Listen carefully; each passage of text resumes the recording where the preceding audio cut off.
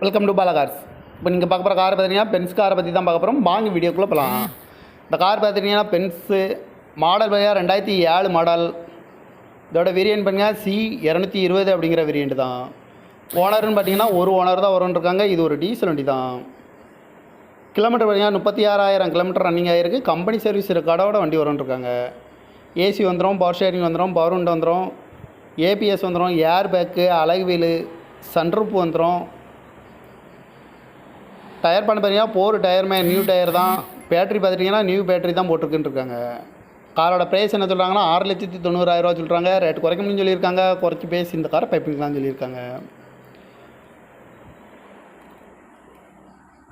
TN 03D 33 அப்படிங்கிற நம்பரில் தான் இந்த கார் இருக்குது அப்படின்னு இருக்காங்க.